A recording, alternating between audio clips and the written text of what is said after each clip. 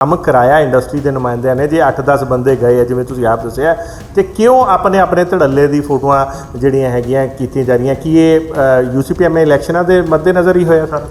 ਤੁਸੀਂ ਦੇਖਦੇ ਹੋਵੋਗੇ ਪਿਛਲੇ ਕਿਉਂਕਿ ਤੁਸੀਂ ਇਸ ਚੀਜ਼ ਦੇ ਨਾਲ ਕੰਸਰਨਡ ਹੈਗੇ ਹੋ ਕਿ ਚਾਵਲਾ ਜੀ ਜਿੱਥੇ ਵੀ ਜਾਂਦੇ ਆ ਉਹ ਇਕੱਲੇ ਹੀ ਜਾਂਦੇ ਆ, ਕਿਸੇ ਨੂੰ ਲੈ ਕੇ ਨਹੀਂ ਜਾਂਦੇ, ਨਾ ਹੀ ਕਿਸੇ ਨਾਲ ਕੋਈ ਸਲਾਹ ਕਰਦੇ ਆ। ਧਰਨਿਆਂ 'ਚ ਵੀ ਉਹ ਨਹੀਂ ਸੀਗੇ, ਠੀਕ ਹੈ ਕਿ ਨਹੀਂ? ਜਿਹੜੇ ਧਰਨੇ ਅਸੀਂ ਲਾਏ ਆ, ਜਿੰਨੇ ਦਿਨ ਅਸੀਂ ਉੱਥੇ ਬਹਿੰਦੇ ਰਹੇ ਆ, ਉਹ ਬਿਲਕੁਲ ਨਹੀਂ ਉੱਥੇ ਆਏ ਹੈਗੇ, ਉਹਨਾਂ ਨੇ ਕੋਈ ਸਾਥ ਨਹੀਂ ਦਿੱਤਾ। ਜਿਹੜੇ ਵੀ ਅਸੀਂ ਲੋਕਾਂ ਨੇ ਸਾਥ ਦਿੱਤਾ ਸੀ ਉਹ ਕੁਲਵੰਤ ਜੀ ਸਾਡੇ ਕੋਲ ਉਦੋਂ ਵੀ ਉੱਥੇ ਆਏ ਸੀਗੇ, ਉਦੋਂ ਵੀ ਉਹਨਾਂ ਨੇ ਸਾਨੂੰ ਇਹੀ ਕਿਹਾ ਸੀ ਮੈਂ ਤੁਹਾਡਾ ਬਹੁਤ ਜਲਦੀ ਕੰਮ ਕਰਾਵਾਂਗਾ, ਐਸੀ ਕੋਈ ਗੱਲ ਨਹੀਂ ਹੈ, ਮੈਂ ਕਰਾਂਗਾ। ਜਿਹੜੇ ਸਾਡੇ ਗਰੁੱਪ ਦੇ ਬੰਦਿਆਂ ਨੇ ਰਿਲੀਜ਼ ਕੀਤੀਆਂ ਉਹਨਾਂ 'ਚ ਚਾਵਲਾ ਜੀ, ਉਪਕਾਰ ਜੀ ਉਹਨਾਂ ਨਹੀਂ ਸੀਗੇ, ਜਦੋਂ ਉਹਨਾਂ ਨੇ ਕੀਤੀਆਂ ਉਹਨਾਂ 'ਚ ਤੁਸੀਂ ਲੋਕ ਨਹੀਂ ਸੀ। ਆਫਟਰ ਆਲ ਕਿਉਂ? ਲੜਾਈ ਤਾਂ ਇੱਕ ਸੀ ਇੰਡਸਟਰੀ ਦੀ, ਕੀ ਇੰਡਸਟਰੀ ਇੱਦਾਂ ਹੀ ਲੜਦੀ ਰਹੇਗੀ ਛੋਟੇ ਮੁੱਦਿਆਂ 'ਤੇ? ਏਰੀਏ ਦੀ ਇਹ ਲੜਾਈ ਹੈਗੀ ਆ। ਉਸ ਏਰੀਏ ਦੇ ਨੁਮਾਇੰਦੇ ਤਾਂ ਕਹਿੰਦੇ ਸਾਨੂੰ ਲੈ ਕੇ ਹੀ ਨਹੀਂ ਗਏ। ਉਸ ਏਰੀਏ ਦੇ ਨੁਮਾਇੰਦਿਆਂ ਨੂੰ ਜੇ ਉਹਨਾਂ ਨੇ ਨਹੀਂ ਬੁਲਾਇਆ, ਸਿੱਧੂ ਸਾਹਿਬ ਨੇ, ਇਹ ਤਾਂ ਉਹਨਾਂ ਨੂੰ ਪਤਾ ਹੋਊਗਾ ਕਿਉਂ ਨਹੀਂ ਬੁਲਾਇਆ। ਪਰ ਪਹਿਲਾਂ ਕਹਿੰਦੇ ਤੁਹਾਡੇ ਵੱਲੋਂ ਰਿਲੀਜ਼ ਹੋਈ ਸੀ, ਉਸ ਤੋਂ ਬਾਅਦ ਉਹਨਾਂ ਵੱਲੋਂ ਹੋਈ। ਇਹ ਕੋਈ ਪਤਾ ਨਹੀਂ ਜੀ, ਮੈਂ ਰਿਲੀਜ਼ ਹੋਣ ਦੀ ਕੋਈ ਤੁਸੀਂ ਕਿਹੜੀ ਪਹਿਲਾਂ ਦੇਖ ਲਈ ਤੁਹਾਨੂੰ ਉਹ ਲੱਗੂਗੀ ਰਿਲੀਜ਼ ਹੋਈ, ਜਿਹੜੀ ਅਸੀਂ ਪਹਿਲਾਂ ਦੇਖ ਲਈ ਸਾਨੂੰ ਉਹ ਰਿਲੀਜ਼ ਪਹਿਲਾਂ ਲੱਗੂਗੀ।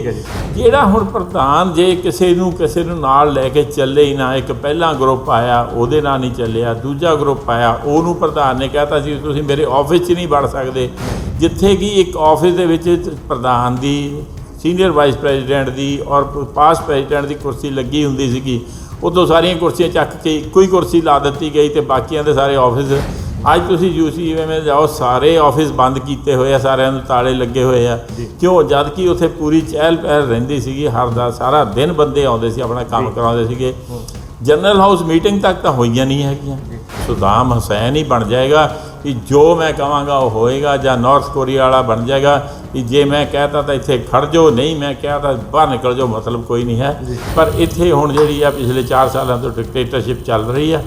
ਡਿਕਟੇਟਰਸ਼ਿਪ ਜੇ ਹੋਏ ਅੱਗੇ ਵੀ ਚੱਲੇਗੀ ਤੇ ਇਹ ਜਿਹੜੀ ਐਸੋਸੀਏਸ਼ਨ ਹੈ ਬਿਲਕੁਲ ਹੀ ਤਬਾਹ ਹੋ ਜਾਏਗੀ। ਇਸ ਕਰਕੇ ਮੈਂ ਸਾਰਿਆਂ ਨੂੰ, ਆਪਣੇ ਭਰਾਵਾਂ ਨੂੰ ਰਿਕੁਐਸਟ ਕਰਦਾ ਵੀ ਐਜ਼ ਇਟ ਇਜ਼ 8 ਬੰਦੇ ਚੁਣ ਕੇ ਆਓ, ਪਰ ਜਦੋਂ ਤੁਸੀਂ ਚੁਣ ਕੇ ਆ ਗਏ ਫਿਰ ਸਾਰੇ ਜਣੇ ਇੱਕ ਮੁੱਠ ਹੋ ਕੇ ਕੰਮ ਕਰੋ ਤੇ ਸਾਰਾ ਤੁਸੀਂ ਐਸੋਸੀਏਸ਼ਨ ਤੁਹਾਡੀ ਵਧੀਆ ਚੱਲੇਗੀ ਔਰ ਤੁਸੀਂ ਤਰੱਕੀ ਕਰੋਗੇ।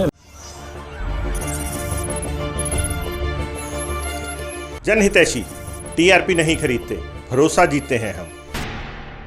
ਮੇਨ ਗੱਲ ਹੈਗੀ ਹੈ ਕਿ ਦੇਖਿਆ ਜਾ ਰਿਹਾ ਕਿ ਬੜੇ ਕੁਛ ਹੀ ਦਿਨਾਂ ਦੇ ਬਾਅਦ UCPMA ਦੇ ਇਲੈਕਸ਼ਨ ਹੈਗੇ ਆ ਯੂਨਾਈਟਿਡ ਸਾਈਕਲ ਪਾਰਟ ਦੇ, ਤੇ ਉਹਦੀ ਗਹਿਮੀ ਵੀ ਇਸ ਦੇ ਵਿੱਚ ਇਹ ਜਿਹੜਾ ਕ੍ਰੈਡਿਟ ਵਾਰ ਲੈਣ ਦੇ ਵਿੱਚ ਨਜ਼ਰ ਆਈ। ਕਿਉਂਕਿ ਜਦੋਂ ਗਏ, ਜਿਵੇਂ ਤੁਸੀਂ ਦੱਸਿਆ ਕਿ ਕੁਛ ਡੈਲੀਗੇਸ਼ਨ ਦੇ ਵਿੱਚ ਬਹੁਤ ਸਾਰੇ ਨੁਮਾਇੰਦੇ ਗਏ, ਪਰ ਜਦੋਂ ਤਸਵੀਰਾਂ ਵਾਇਰਲ ਹੋਈਆਂ ਉਹਦੇ ਵਿੱਚ ਧੜੱਲੇਬਾਜ਼ੀ ਨਜ਼ਰ ਆਈ, ਧੜੱਲੇਦਾਰ ਨਜ਼ਰ ਆਏ ਕਿ ਜੇ ਸਾਡੇ ਗਰੁੱਪ ਦੇ ਕੁਝ, ਤੁਹਾਡੇ ਨਾਲ ਦੇ ਕੁਝ ਸਹਿਯੋਗੀਆਂ ਨੇ ਜੇ ਫੋਟੋ ਰਿਲੀਜ਼ ਕੀਤੀ ਤੇ ਦੂਸਰੇ ਧੜੱਲੇ ਦੇ ਲੋਕ ਉਸ 'ਚ ਨਹੀਂ ਸੀਗੇ, ਤੇ ਉਹਨਾਂ ਨੇ ਜਦੋਂ ਫੋਟੋਆਂ ਰਿਲੀਜ਼ ਕੀਤੀਆਂ ਤੇ ਤੁਹਾਡੇ ਲੋਕਾਂ ਦੇ ਵਿੱਚ ਨਹੀਂ ਸੀ। ਇਹਨੂੰ ਲੋਕਾਂ ਦੇ ਵਿੱਚ, ਮੈਂਬਰਾਂ 'ਚ ਇਹ ਹਾਸੋ ਉਹ ਬਣ ਗਈ ਹੈ ਪਤਾ ਕਿ ਭਾਈ ਇਹ ਕੀ ਹੋ ਰਿਹਾ ਕਿ ਜੇ ਕੰਮ ਕਰਾਇਆ ਇੰਡਸਟਰੀ ਦੇ ਨੁਮਾਇੰਦਿਆਂ ਨੇ ਜੇ 8-10 ਬੰਦੇ ਗਏ ਆ ਜਿਵੇਂ ਤੁਸੀਂ ਆਪ ਦੱਸਿਆ, ਤੇ ਕਿਉਂ ਆਪਣੇ ਧੜੱਲੇ ਦੀ ਫੋਟੋਆਂ ਜਿਹੜੀਆਂ ਹੈਗੀਆਂ ਕੀਤੀਆਂ ਜਾ ਰਹੀਆਂ? ਕੀ ਇਹ UCPMA ਇਲੈਕਸ਼ਨਾਂ ਦੇ ਮੱਦੇਨਜ਼ਰ ਹੀ ਹੋਇਆ ਸਾਰਾ ਕੁਝ?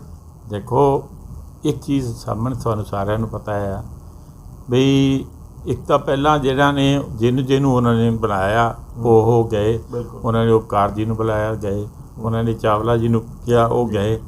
ਤੁਸੀਂ ਦੇਖਦੇ ਹੋਵੋਗੇ ਪਿਛਲੇ ਕਿਉਂਕਿ ਤੁਸੀਂ ਇਸ ਚੀਜ਼ ਦੇ ਨਾਲ ਕੰਸਰਨਡ ਹੈਗੇ ਹੋ ਕਿ ਚਾਵਲਾ ਜੀ ਜਿੱਥੇ ਵੀ ਜਾਂਦੇ ਆ ਉਹ ਇਕੱਲੇ ਹੀ ਜਾਂਦੇ ਆ, ਕਿਸੇ ਨੂੰ ਲੈ ਕੇ ਨਹੀਂ ਜਾਂਦੇ, ਨਾ ਹੀ ਕਿਸੇ ਨਾਲ ਕੋਈ ਸਲਾਹ ਕਰਦੇ ਆ। ਧਰਨਿਆਂ 'ਚ ਵੀ ਉਹ ਨਹੀਂ ਸੀਗੇ, ਠੀਕ ਹੈ ਕਿ ਨਹੀਂ? ਜਿਹੜੇ ਧਰਨੇ ਅਸੀਂ ਲਾਏ ਆ, ਜਿੰਨੇ ਦਿਨ ਅਸੀਂ ਉੱਥੇ ਬਹਿੰਦੇ ਰਹੇ ਆ, ਉਹ ਬਿਲਕੁਲ ਨਹੀਂ ਉੱਥੇ ਆਏ ਹੈਗੇ, ਉਹਨਾਂ ਨੇ ਕੋਈ ਸਾਥ ਨਹੀਂ ਦਿੱਤਾ। ਜਿਹੜੇ ਵੀ ਅਸੀਂ ਲੋਕਾਂ ਨੇ ਸਾਥ ਦਿੱਤਾ ਸੀ ਉਹ ਕੁਲਵੰਤ ਜੀ ਸਾਡੇ ਕੋਲ ਉਦੋਂ ਵੀ ਉੱਥੇ ਆਏ ਸੀਗੇ, ਉਦੋਂ ਵੀ ਉਹਨਾਂ ਨੇ ਸਾਨੂੰ ਇਹੀ ਕਿਹਾ ਸੀ ਮੈਂ ਤੁਹਾਡਾ ਬਹੁਤ ਜਲਦੀ ਕੰਮ ਕਰਾਵਾਂਗਾ, ਐਸੀ ਕੋਈ ਗੱਲ ਨਹੀਂ ਹੈ, ਮੈਂ ਕਰਾਂਗਾ। ਮੈਂ ਇਸ ਕੰਮ 'ਤੇ ਲੱਗਿਆ ਹੋਇਆ ਕਿਉਂਕਿ ਮੈਨੂੰ ਤੁਹਾਡਾ ਦਰਦ ਪਤਾ ਆ, ਮੈਂ ਇਸ ਇਲਾਕੇ 'ਚ ਘੁੰਮਿਆ ਆ, ਮੈਨੂੰ ਇੱਕ ਬੰਦੇ ਨੂੰ ਮੈਂ ਜੇ ਪਰਸਨਲੀ ਜਾਣਦਾ ਆ। ਉਸੇ ਚੀਜ਼ ਨੂੰ ਦੇਖ ਕੇ ਉਹਨਾਂ ਨੇ ਕੀਤਾ, ਅਸੀਂ ਤਾਂ ਉਸ ਹਿਸਾਬ ਨਾਲ ਆਪਣਾ ਕੰਮ ਕੀਤਾ। ਜਿਹੜੀ ਇਹ ਧੜੱਲੇਬਾਜ਼ੀ ਹੈ ਜਾਂ ਸਾਨੂੰ ਇਹਦੇ ਬਾਰੇ ਕੋਈ ਇੰਨੀ ਨਾ ਹੀ ਅਸੀਂ ਕਹਿੰਦੇ ਆ ਵੀ ਅਸੀਂ ਕਰਨੀ ਆ ਨਹੀਂ, ਪਰ ਤਸਵੀਰਾਂ ਦੇ ਵਿੱਚ ਅਸੀਂ ਤਾਂ ਇਹ ਪੁੱਛਦੇ ਹਾਂ, ਤਸਵੀਰਾਂ ਜਦੋਂ ਰਿਲੀਜ਼ ਹੋਈਆਂ ਜਿਹੜੇ ਸਾਡੇ ਗਰੁੱਪ ਦੇ ਬੰਦਿਆਂ ਨੇ ਰਿਲੀਜ਼ ਕੀਤੀਆਂ ਉਹਨਾਂ 'ਚ ਚਾਵਲਾ ਜੀ, ਉਪਕਾਰ ਜੀ ਉਹਨਾਂ ਨਹੀਂ ਸੀਗੇ, ਜਦੋਂ ਉਹਨਾਂ ਨੇ ਕੀਤੀਆਂ ਉਹਨਾਂ 'ਚ ਤੁਸੀਂ ਲੋਕ ਨਹੀਂ ਸੀ। ਆਫਟਰ ਆਲ ਕਿਉਂ? ਲੜਾਈ ਤਾਂ ਇੱਕ ਸੀ ਇੰਡਸਟਰੀ ਦੀ, ਕੀ ਇੰਡਸਟਰੀ ਇੱਦਾਂ ਹੀ ਲੜਦੀ ਰਹੇਗੀ ਛੋਟੇ ਮੁੱਦਿਆਂ 'ਤੇ? ਦੇਖੋ ਇੱਦਾਂ ਆ, ਤੁਹਾਨੂੰ ਇਹ ਪਤਾ ਹੋਊਗਾ ਵੀ ਜਿਸ ਏਰੀਏ ਦੀ ਇਹ ਲੜਾਈ ਹੈਗੀ ਆ, ਉਸ ਏਰੀਏ ਦੇ ਨੁਮਾਇੰਦੇ ਤਾਂ ਕਹਿੰਦੇ ਸਾਨੂੰ ਲੈ ਕੇ ਹੀ ਨਹੀਂ ਗਏ। ਉਸ ਏਰੀਏ ਦੇ ਨੁਮਾਇੰਦਿਆਂ ਨੂੰ ਜੇ ਉਹਨਾਂ ਨੇ ਨਹੀਂ ਬੁਲਾਇਆ, ਸਿੱਧੂ ਸਾਹਿਬ ਨੇ, ਇਹ ਤਾਂ ਉਹਨਾਂ ਨੂੰ ਪਤਾ ਹੋਊਗਾ ਕਿਉਂ ਨਹੀਂ ਬੁਲਾਇਆ। ਤੇ ਜੇ ਉਸ ਏਰੀਏ ਦੀ ਨੁਮਾਇੰਦੀ ਇਹਦੇ ਵਿੱਚ ਜਾਂ ਉਹਨਾਂ ਦੇ ਲੋਕਾਂ ਦੀ ਜਿਹੜੇ ਸਾਡੇ ਨਾਲ ਕੰਮ ਕਰਦੇ ਆ, ਚਾਹੇ ਮੇਰੀ ਅਸੈਂਬਲੀ ਯੂਨਿਟ ਉੱਥੇ ਹੈਗੇ ਆ ਜਿਹੜੇ ਮੈਨੂੰ ਮਾਲ ਸਪਲਾਈ ਕਰਦੇ ਆ ਔਰ ਬੜੇ ਸਾਲਾਂ ਤੋਂ ਕਰਦੇ ਆ, ਜਾਂ ਬਾਕੀਆਂ ਨੂੰ ਕਰਦੇ ਆ, ਉਹਨਾਂ ਦਾ ਸਾਥ ਦਿੰਦੇ ਹੋਏ ਅਸੀਂ ਇਹ ਉਹਨਾਂ ਦੀ ਫਾਈਟ ਕਰ ਰਹੇ ਸੀਗੇ। ਚਾਵਲਾ ਜੀ ਤਾਂ ਉੱਧਰ ਕਿਤੇ ਗਏ ਵੀ ਨਹੀਂ ਹੈ ਮੇਰਾ ਖਿਆਲ ਕਦੇ ਉਹਨਾਂ ਇਸ ਏਰੀਏ ਦੇ ਵਿੱਚ, ਨਾ ਹੀ ਉਹਨਾਂ ਨੂੰ ਉੱਧਰਲੇ ਬੰਦਿਆਂ ਬਾਰੇ ਇੰਨੀ ਕੋਈ ਨੌਲੇਜ ਹੈਗੀ ਵੀ ਕੌਣ ਕੀ ਕਰਦਾ। ਅਸੀਂ ਪ੍ਰਧਾਨ ਹੀ ਉਸੇ ਇਲਾਕੇ ਦੀ ਇੰਡਸਟਰੀ ਦੇ ਆ। ਦੇਖੋ ਕਹਿਣ ਨੂੰ ਤਾਂ ਤੁਸੀਂ ਜੋ ਮਰਜ਼ੀ ਕਹਿ ਸਕਦੇ ਹੋ, ਇਹ ਤੁਸੀਂ ਜਾ ਕੇ ਆਪ ਵੀ ਤੁਹਾਡਾ ਰੋਜ਼ ਦਾ ਕੰਮ ਆ, ਤੁਸੀਂ ਕਿਸੇ ਨੂੰ ਵੀ ਪੁੱਛ ਸਕਦੇ ਹੋ ਕੀ ਹੈਗਾ ਆ।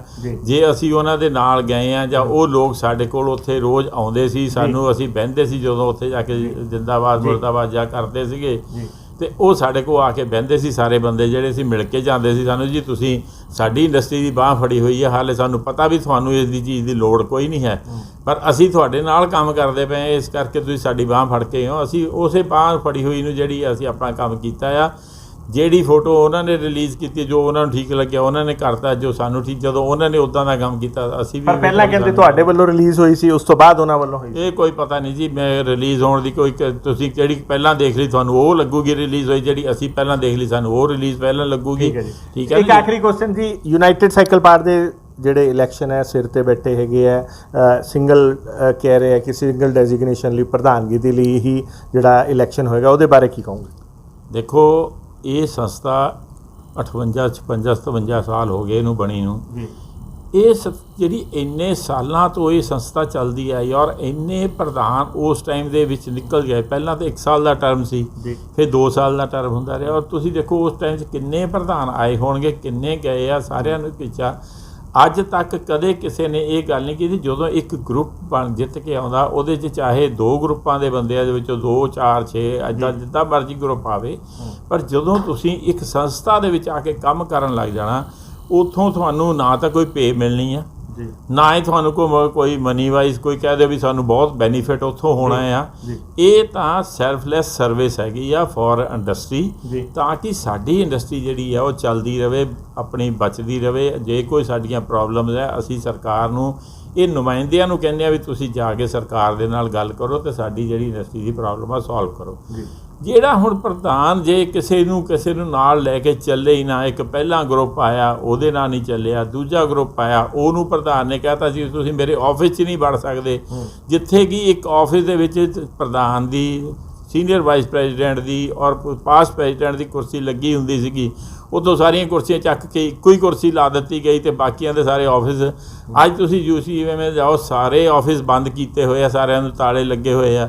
ਕਿਉਂ? ਜਦ ਕਿ ਉੱਥੇ ਪੂਰੀ ਚਹਿਲ ਪਹਿਲ ਰਹਿੰਦੀ ਸੀਗੀ, ਸਾਰਾ ਦਿਨ ਬੰਦੇ ਆਉਂਦੇ ਸੀ, ਆਪਣਾ ਕੰਮ ਕਰਾਉਂਦੇ ਸੀਗੇ। ਜਨਰਲ ਹਾਊਸ ਮੀਟਿੰਗ ਤੱਕ ਤਾਂ ਹੋਈਆਂ ਨਹੀਂ ਹੈਗੀਆਂ, ਕਿਸੇ ਨੂੰ ਕੁਝ ਕੰਮ ਕੀਤਾ ਨਹੀਂ ਗਿਆ। ਪਰ ਇਹ ਆਪਾਂ ਨਾਲ ਤਾਂ ਗੱਲ ਮੁੱਦਾ ਇਹ ਸੀਗੀ ਕਿ ਹੁਣ ਉਹ ਕਹਿ ਰਹੇ ਹੈ ਕਿ ਸੁਜੈਸ਼ਨ ਦੇ ਰਹੇ ਕਿ ਬਾਕੀ ਸੰਸਥਾਵਾਂ ਜਿਹੜੀਆਂ ਹੋਰ ਵੀ ਚੱਲ ਰਹੀਆਂ ਸ਼ਹਿਰ 'ਚ, ਉੱਥੇ ਸਿੰਗਲ ਡੈਜ਼ਿਗਨੇਸ਼ਨ ਲਈ ਇਲੈਕਸ਼ਨ ਹੁੰਦਾ।